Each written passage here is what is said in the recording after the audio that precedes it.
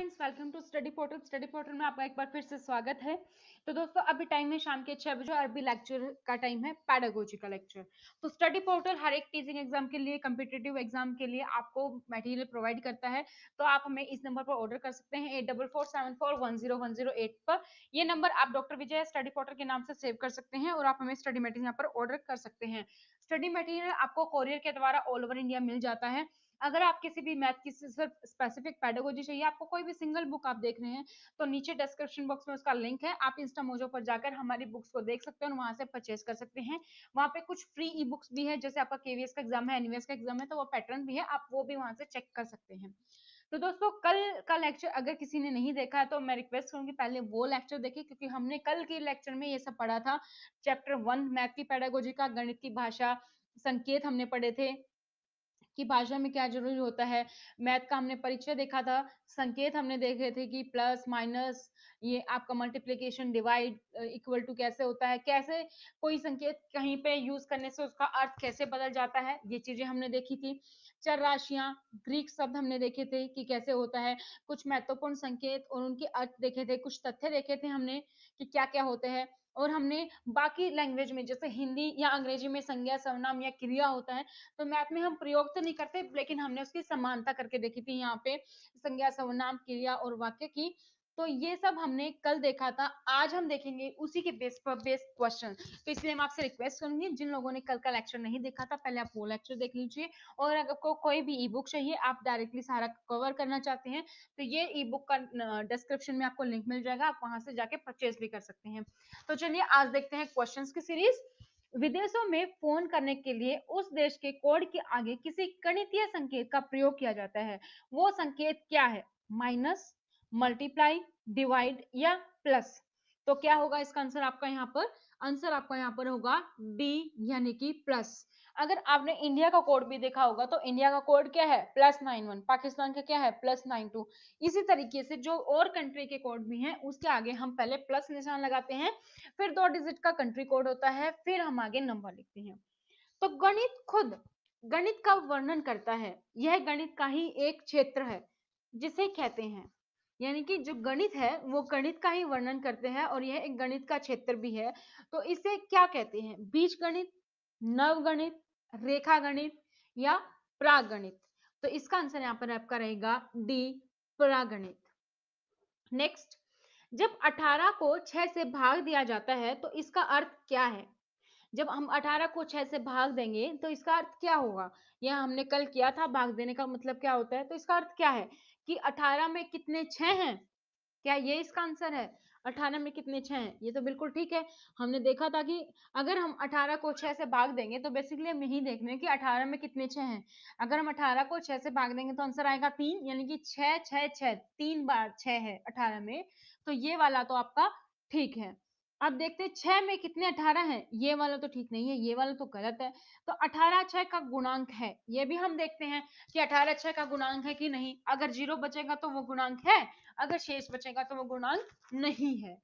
और फिर आगे क्या है? 6 18 का भाजक है, ये भी बिल्कुल हम भाजक देखते हैं। अगर आपने गुणनफल आगे हम देखेंगे तो गुणनफल, भाज्य, भाजक, ये भी हम देखते हैं। तो आपका फर्स्ट यहाँ पे ठीक है, यहाँ पे आपका थर्ड ठीक है और यहाँ पे आपका फोर्थ ठीक है। तो आंसर जो आपका रहेगा वो क्या रहेगा? आपका डी आंसर हो जाएगा यहाँ से।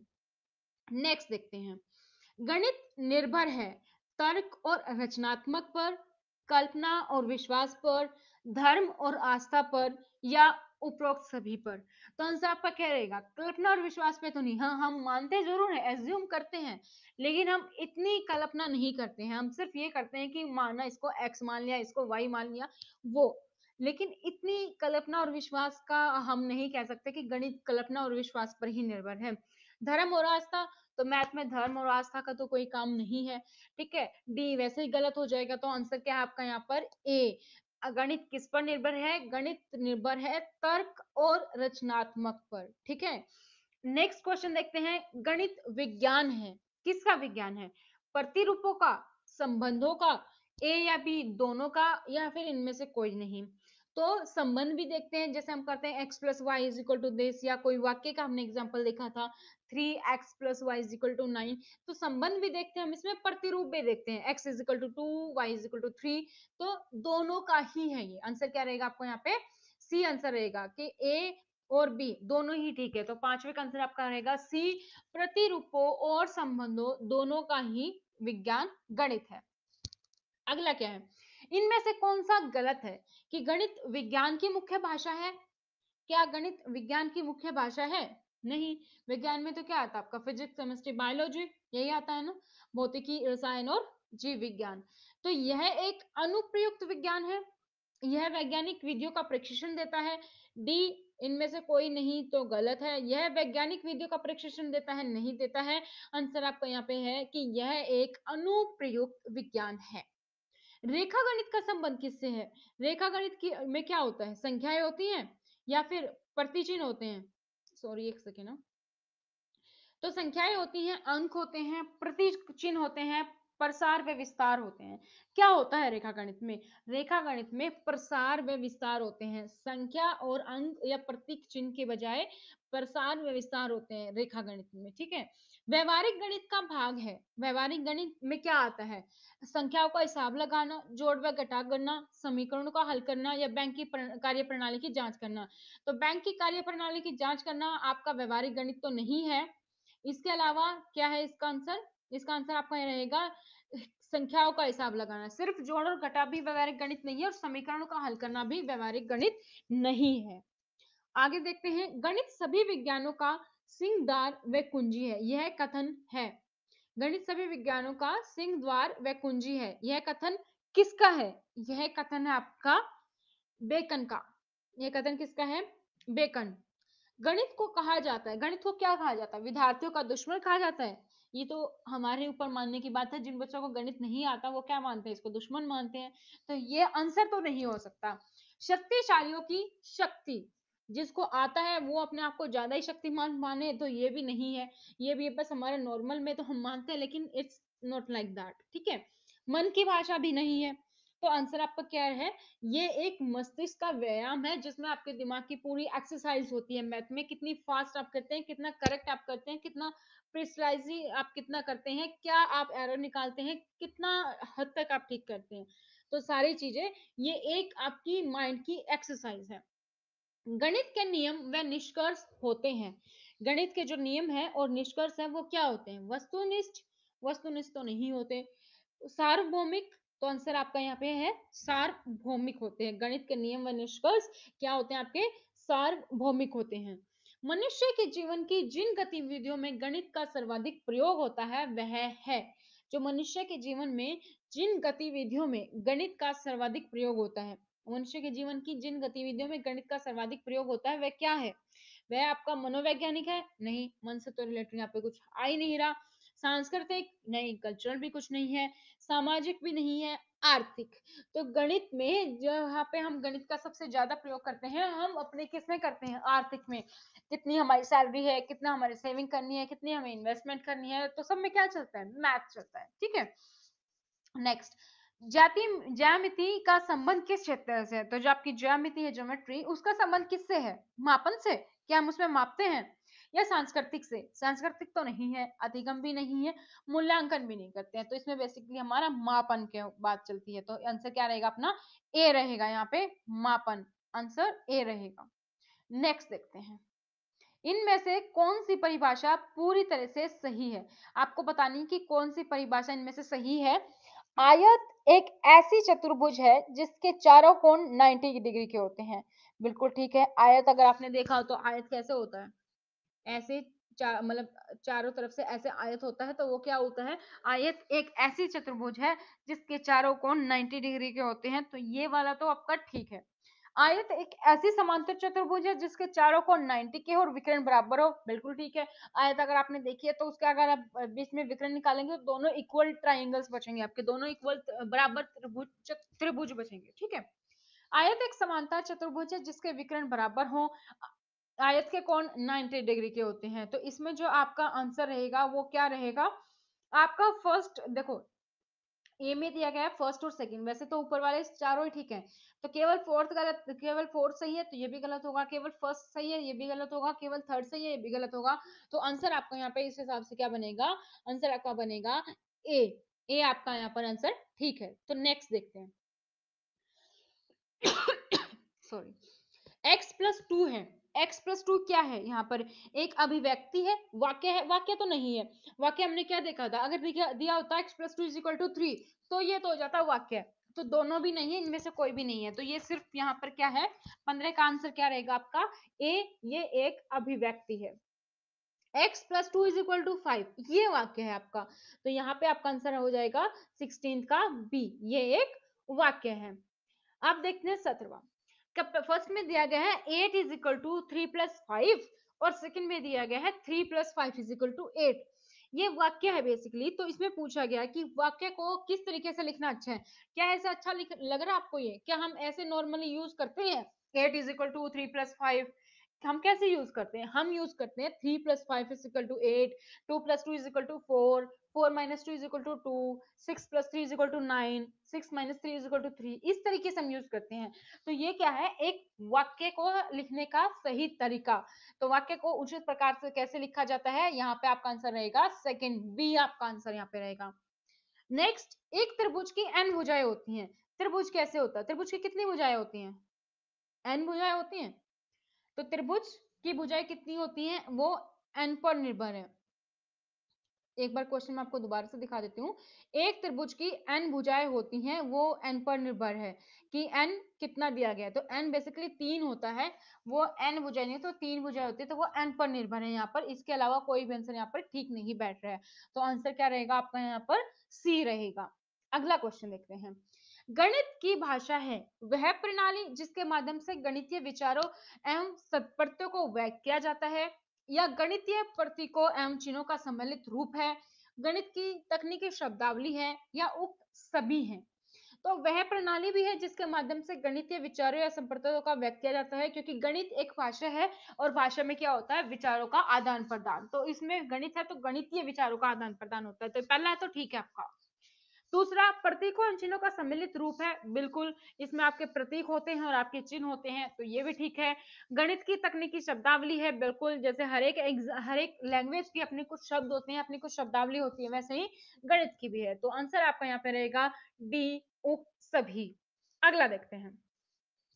गणित की भाषा के संबंध में सत्य कथन है। गणित की जो भाषा है उसके संबंध में क्या सत्य है? नीचे दिए गए वाक्यों में से गणित की भाषा प्रत्येक देश में भिन्न भिन्न होती है। जी बिल्कुल नहीं। जैसे हिंदी, अगर आप कहीं भी जाके बोले, हिंदी के जो रूल है, हिंदी की जो व्याकरण है वो सेम रहेगी, उसी तरीके से गणित की भी सेम रहेगी। अगर आप नॉर्थ इंडिया में 2 + 2 = 4 है, तो वो साउथ इंडिया में भी यही है। अगर इंडिया में 2 + 2 = 4 है, तो वो यूएसए में भी 2 + 2 = 4 है, वो कहीं बदलेगा नहीं। तो ए आपका गलत है। अगला है, गणित की भाषा प्रत्येक देश की भाषा से पूर्णतः प्रभावित है। कि गणित की भाषा जो है हर एक देश की भाषा से प्रभावित होती है? नहीं, गणित की अपनी अलग भाषा है, वो किसी देश के भाषा से प्रभावित नहीं होती है। तो बी आपका यहाँ पे गलत हो जाएगा।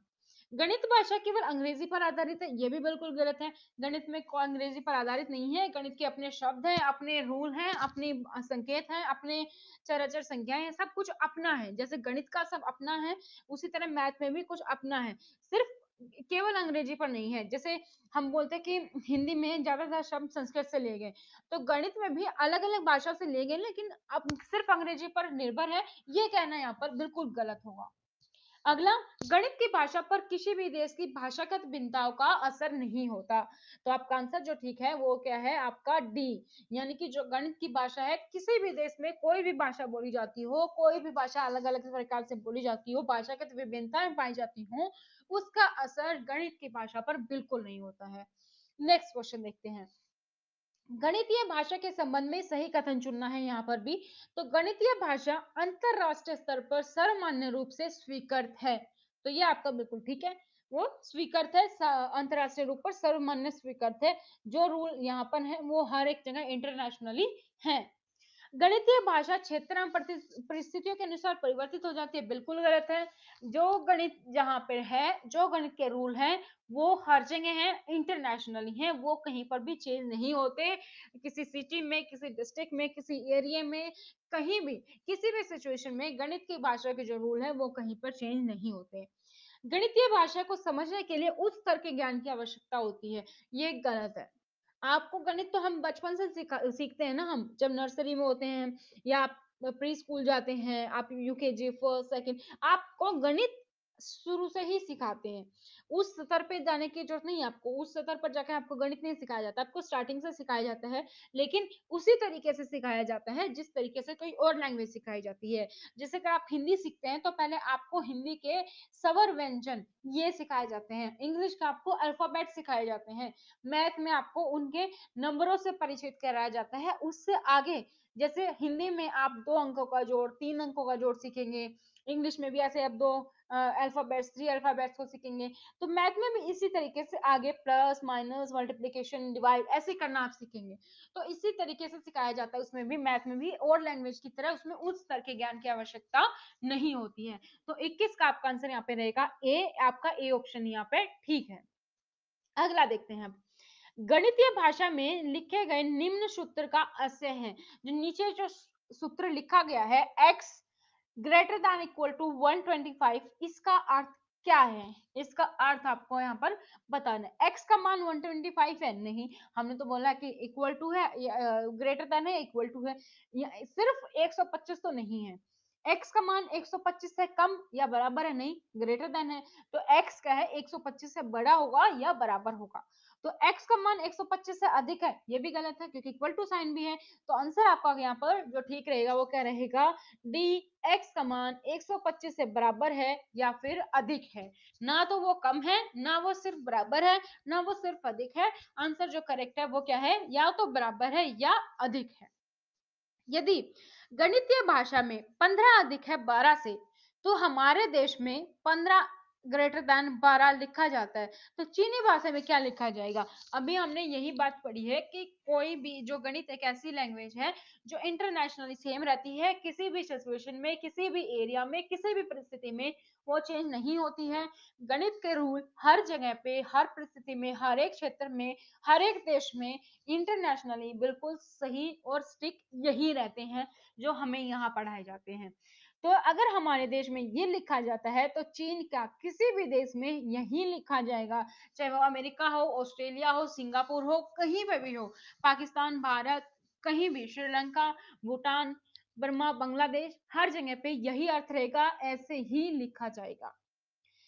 गणितीय भाषा में सिग्मा चिन्ह का आशय है, इसका आशय क्या होता है? ये इसका बेसिकली मतलब होता है जो संख्या दी गई है उन सबका योग करना। तो आंसर आपका क्या रहेगा यहाँ पे, ए, दी गई संख्याओं का योग करना। ठीक है, ए आपका आंसर रहेगा। यहाँ पे दी गई संख्याओं में से सबसे बड़ी संख्या निकालना बिल्कुल गलत है, संख्याओं का गुणा करना भी बिल्कुल गलत है। आंसर आपका यहाँ पे रहेगा ए, दी गई संख्याओं का योग करना। अब देखते हैं हम अपना लास्ट क्वेश्चन, गणितीय भाषा में विभिन्न चरों को किस रूप में व्यक्त किया जाता है? हम जो चर हैं वो यूज करते हैं, मैंने आपको बताया था कि चर को यूज करने के लिए कोई भी रूल नहीं है, कोई भी रेगुलेशन नहीं है। हम जो नॉर्मली यूज करते आ रहे हैं हम बस वही यूज करते हैं। तो हम क्या यूज करते हैं चर भाषाओं के लिए, एक्स वाई जेड। मैं एक बार फिर से आपको बोल देती हूँ कि इसका कोई रूल नहीं है कि यही यूज करने हैं, लेकिन हम प्राय यही, जनरली सभी लोग यही यूज करते आते हैं, तो उसी वे में ये आंसर आपको देना है। इसका मतलब अगर यहाँ पे होता उपरोक्त सभी तो आप वो भी दे सकते थे, A B C, A alpha beta gamma, या किसी भी तरीके से आप यूज कर सकते हैं, लेकिन जो यहाँ पर अप्रोप्रिएट आंसर है वो है आपका बी, एक्स वाई जेड, ये आपका आंसर यहाँ पे रहेगा। तो दोस्तों आज के लेक्चर में इतना ही था, कल फिर मिलेंगे शाम को 6 बजे नई पैडागोजी के साथ, नए क्वेश्चंस के साथ। आपको फिर से बता देती हूँ, स्टडी मटेरियल आपको ऑर्डर करना है तो आप हमारे इस नंबर पर कांटेक्ट कर सकते हैं, 8447410108। ये नंबर आप स्टडी पोर्टल या डॉक्टर विजय के नाम से सेव कर सकते हैं और इस नंबर पर आप हमें ऑर्डर कर सकते हैं। चाहे आप किसी भी एग्जाम की तैयारी कर रहे हो, C TET, BSSP, KVS, NVS, MP TET, UP TET, C TET, Telangana TET, Bihar TET, किसी भी एग्जाम की आप तैयारी कर रहे हो तो आप इस समय इस नंबर पर कॉल या मैसेज कर सकते हैं। तो इसी तरह अपने एग्जाम की तैयारी करते रहिए। Thank you so much, all the